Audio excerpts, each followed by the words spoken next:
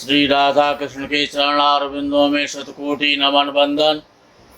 मित्रों को, जिज्ञासुओं को, धर्म प्रेमियों को, ज्योतिष विज्ञान प्रेमियों को हर हर महादेव बम बम भोले नमः शिवाय। मित्रों, ज्योतिष शास्त्र में विद्वानों ने योगों पर बहुत चर्चा की है।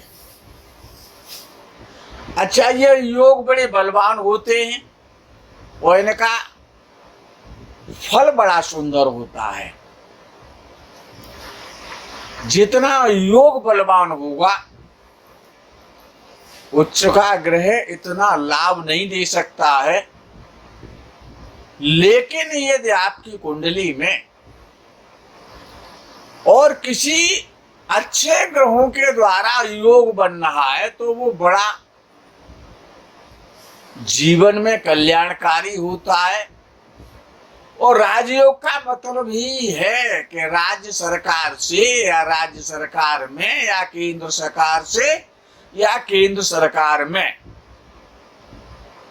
सम्मानित पद की प्राप्ति होना, धनवान होना, श्रीमान होना, अच्छे महापुरुषों से, श्रीमान लोगों से, धनवान लोगों से, उच्चाधिकारियों से, राजनेताओं से सम्मान की प्राप्ति करना और उनसे संबंध स्थापित होना। अर्थात व्यक्ति राजा के समान वैभवशाली होता है, सुखी होता है, संपन्न होता है। भूमि का सुख है, वाहन का सुख है, समाधि का सुख है, संतान का सुख है, समाज का सुख है। ये जितने भी प्रकार के सुख हैं। और निरोग रहना, प्रथम सुख निरोगी काया।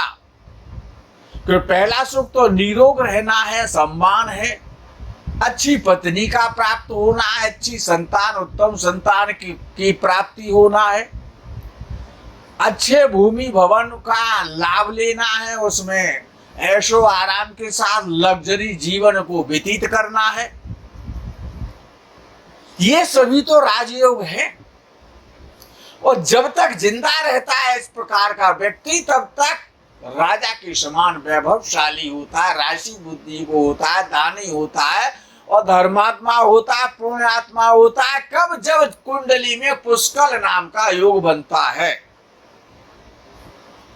ये जो पुष्कल योग है, इसको पुष्कर योग भी कहा गया है। और एक पुष्कर योग होता है, एक द्विपुष्कर योग होता है और एक त्रिपुष्कर योग होता है। ये पुष्कर योग भी, इनको पुष्कल योग भी कहते हैं, लेकिन ये 3 प्रकार के होते हैं। जो त्रिपुष्कर योग होता है वो बहुत अधिक प्रभावशाली होता है। उसमें व्यक्ति मुख्यमंत्री बनता है या फिर प्रधानमंत्री बन जाता है,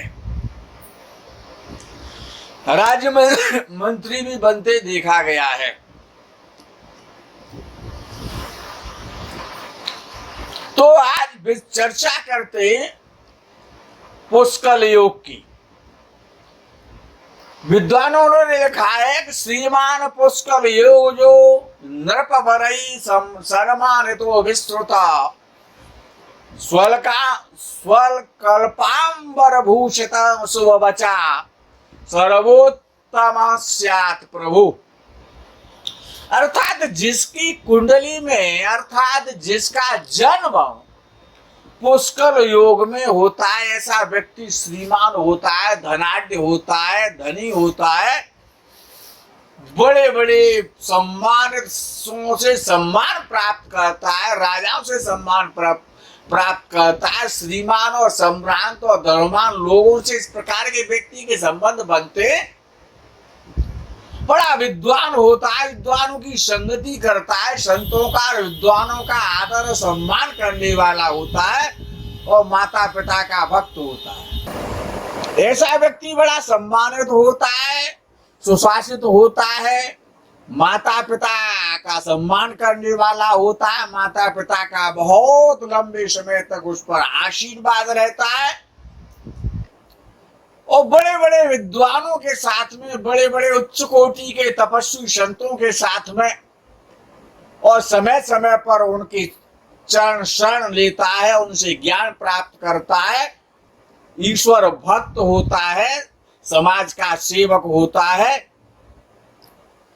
हमेशा हर प्रकार के भूमि का लाभ है, भवन का लाभ है, भूषणों का लाभ है, सुंदर वस्त्रों का लाभ है, सुंदर सुंदर खान पान का लाभ है, दूर देश की यात्राओं का लाभ है, और ये सब तो उसको मिलता ही है, लेकिन वो बड़ी सुंदर और मधुर और दूसरों का दुख हारणी वारणी वाणी का प्रयोग करता है और बड़ा प्रतिष्ठित होता है, राजमान होता है।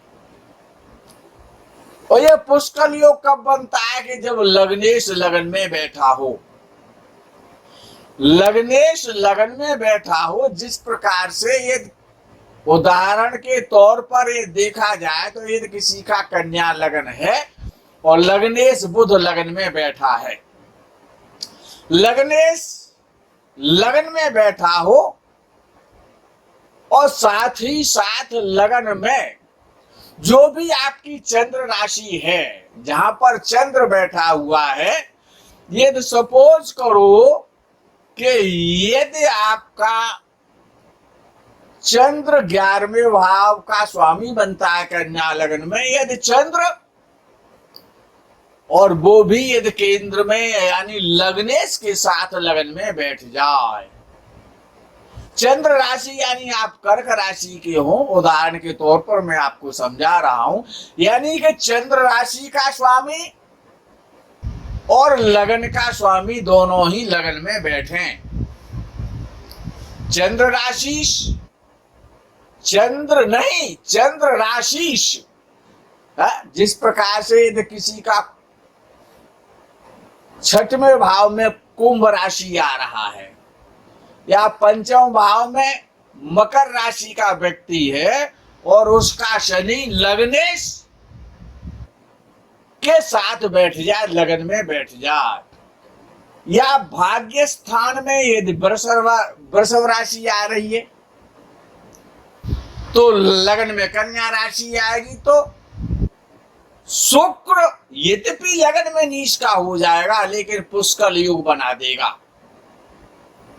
शुक्र बुध का यानी लग्नेश का, चंद्र राशि के स्वामी का, और एक साथ लगन में बैठ जाए तो ये जो योग है ये बड़ा श्रेष्ठ और पुष्कर नाम का योग है। और इस प्रकार का व्यक्ति एक गरीब परिवार में, एक किसान परिवार में, एक मजदूर परिवार में जन्म लेने के बाद भी बहुत उच्चाधिकारी और उच्च सम्मान प्राप्त करने वाला, संसार के समस्त सुखों को भोगने वाला ऐसा सुंदर और श्रेष्ठ और समाज का सेवक और धनी और आदर्शवान राजा होता है। मित्रों, एक योग और है जिसको महाबली योग कहा गया है। एक महाबली नाम का योग होता है और योग का सीधा सा मतलब है कि अगर 1 + 1 1 + 1 = 2 नहीं होता, योग 1 और 1 11 होता है। अर्थात योग का मतलब है कि एक व्यक्ति यदि अपने शरीर के द्वारा 50 किलो बोझा उठा करके और अपने सिर पर रख करके ले जा सकता है, तो उसको उस बोझा को उठाने में प्रॉब्लम आएगी, उसको बड़ी शक्ति लगानी पड़ेगी, बड़ा परिश्रम करना पड़ेगा, तब वो 50 किलो का बोझा और अपने सिर पर रख पाएगा।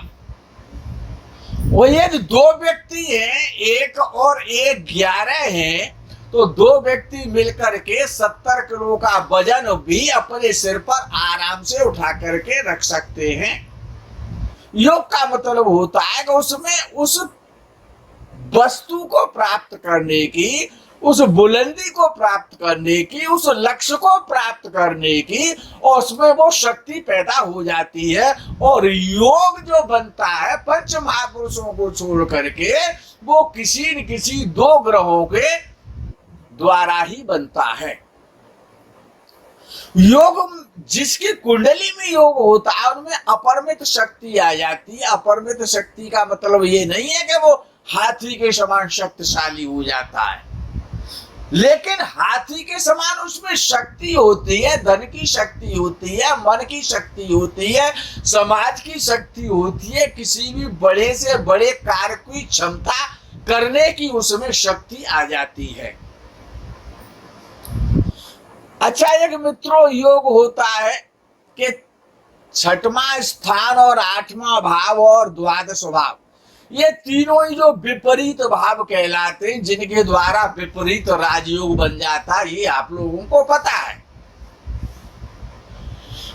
लेकिन भाग्यवशात किसी किसी जन्म कुंडली में ऐसा देखने में आता है और उसका अनुभव किया गया कि जब छठवां भाव और आठवां भाव और द्वादश भाव, ये जब तीनों भाव खाली हो जाते हैं तो ये एक बहुत बड़ा राजयोग बन जाता है।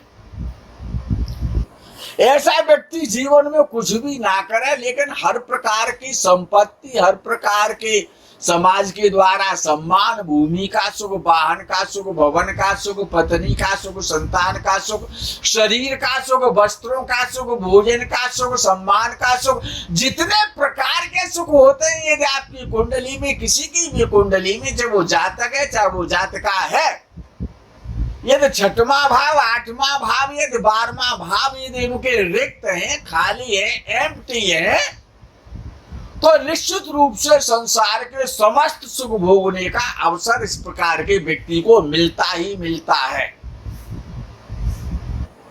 वो एक महाबली नाम का योग होता है, उसकी विस्तृत व्याख्या में कभी आगे आपको सुनाने वाला हूं। बहुत सुंदर श्रेष्ठ होता है। उसमें सूक्ष्म में मैं आपको बता रहा हूं कि लग्नेश लग्न में बैठा हो, चतुर्थेश चतुर्थ में बैठा हो, और सप्तमेश सप्तम में बैठा हो, दशमेश दशम भाव में बैठा हो, तो ये अति महाबली योग बन जाता है। बराह में ऋषि ने कहा कि ये अति महाबली योग है। एक तो महाबली, उसमें भी अत्यंत महाबली, यानी इंद्र के समान समस्त सुखों का भोग करता है, जिस प्रकार से कि स्वर्ग में रहता हो। उसके तमाम प्रकार के सेवक होते हैं, नौकर चाकर होते हैं, और जहां से सूर्य उदय होता है, जहां तक सूर्यास्त होता है, यानी उदयाचल से और अस्ताचल तक उसकी ख्याति होती है, दिगंत में उसकी ख्याति होती है। कब? जब लग्नेश लग्न में होता है, चतुर्थेश चतुर्थ में होता है, सप्तमेश सप्तम में होता है, दशमेश दशम भाव में होता है। लेकिन ऐसा कम देखने में आता है। वो इस प्रकार के जो महापुरुष होते हैं, उनको एक प्रकार से ईश्वर का विशेष अंशावतार भी मान लिया जाता है। किसी न किसी देव कोटि से, देवलोक से इस प्रकार के जातक इस संसार में, संसार को शिक्षा देने के लिए, जगत का कल्याण करने के लिए, समस्त सुखों को भोगने के लिए, और इस प्रकार के व्यक्ति कभी कभी जीवात्मा पैदा हुआ करते हैं। लेकिन इसके साथ भी एक जो महाबली नाम का योग है, ये तो अतबली राजयोगों में आता है, लेकिन ये जो महाबली योग है, महाबली योग का मतलब क्या है कि बुध या शुक्र लगन में बैठा हो, बुध या शुक्र लगन में बैठा हो, चंद्रमा चतुर्थ भाव में बैठा हो और शुक्र सप्तम भाव में बैठा हो, मंगल या सूर्य दशम भाव में बैठे हो, इनमें से एक बैठा हो, दोनों नहीं बैठे हो, मंगल या भाग्य स्थान में बैठ जाए या फिर 11वें भाव में चला जाए, लेकिन सूर्य के साथ मंगल ना बैठे, अर्थात दशम भाव में या तो सूर्य बैठा हो या फिर मंगल बैठा हो, तो यह महाबली नाम का योग बन जाता है। इस प्रकार का व्यक्ति निश्चित रूप से बहुत बड़ा कीर्ति संपन्न और वैभवशाली और विशाल शक्तिशाली और सेनाओं का प्रतिनिधि, जल थल और वायु का स्वामी, इस प्रकार का व्यक्ति बन जाता है कि जब चंद्र या शुक्र, चंद्र या शुक्र या चंद्र और शुक्र दोनों चतुर्थ भाव में बैठ जाएं, या चंद्र चतुर्थ भाव में बैठे, शुक्र सप्तम भाव में बैठे और सूर्य दशम भाव में बैठे। लग्नेश लग्न में हो या ना हो, लग्नेश लग्न में हो या ना हो, लेकिन नीच राशि का या शत्रु राशि में ना बैठे। कौन? लग्नेश। और लग्नेश पर बृहस्पति या शुक्र की दृष्टि हो जाए तो ये जो योग है, जो महाबली योग है, महाबली नाम से ही प्रसिद्ध है। महाबली तो हनुमान जी को कहा जाता है। तो जो दुरूह से दुरूह, कठिन से कठिन और दुस्तर से दुस्तर अत्यंत भयंकर कार्य कर देता है इस प्रकार का व्यक्ति। इस प्रकार का व्यक्ति सब कुछ करने में सक्षम है, जिस प्रकार से भगवान श्री राम ने और समुद्र पर पुल का निर्माण कर दिया। इस प्रकार का व्यक्ति इतना शक्तिशाली होता है, इतना बुद्धिमान होता है और बड़ा संगठन प्रिय होता है, संगठन बनाने वाला होता है और जनप्रतिनिधि बनता है और जनता का सेवक होता है और जनता की और समाज की शक्ति उसके पास सदैव रहती है। जनता इस प्रकार के व्यक्ति को लाइक करती है और पसंद करती है। यदि आपकी कुंडली में 6, 8, 12 स्थान खाली हो तो समझ लो आपको संसार के समस्त सुखों का भोग मिलेगा। यदि आपकी कुंडली में पुष्कर नाम का योग है तो निश्चित रूप से आपको जैसा कहा जा रहा है, जैसा विद्वानों ने कहा है, वैसा अनुभव में भी आता है कि वो सब कुछ व्यक्ति को, जातक को प्राप्त होता है। और महाबली जो योग है और या अत महाबली योग, जो ये जो दो योग हैं, ये जिसकी भी कुंडली में देखे जाते हैं वो तो राजा के समान वैभवशाली है, ऐश्वर्यशाली, दीनों पर दया करने वाला और धार्मिक होता है, अपने कुल से लेकर के और प्रजा का पालन करने वाला होता है। कुल का दीपक नहीं होता है, कुल का सूर्य होता है, जगमगाता हुआ सूर्य होता है और चंद्रमा जैसी शीतलता और सुंदर और मधुर उसकी वाणी होती है। मित्रों, आगे के प्रकरण का आप इंतजार करें। तब तक के लिए हर हर महादेव, बम बम भोले, नमः शिवाय, जय गो माता की।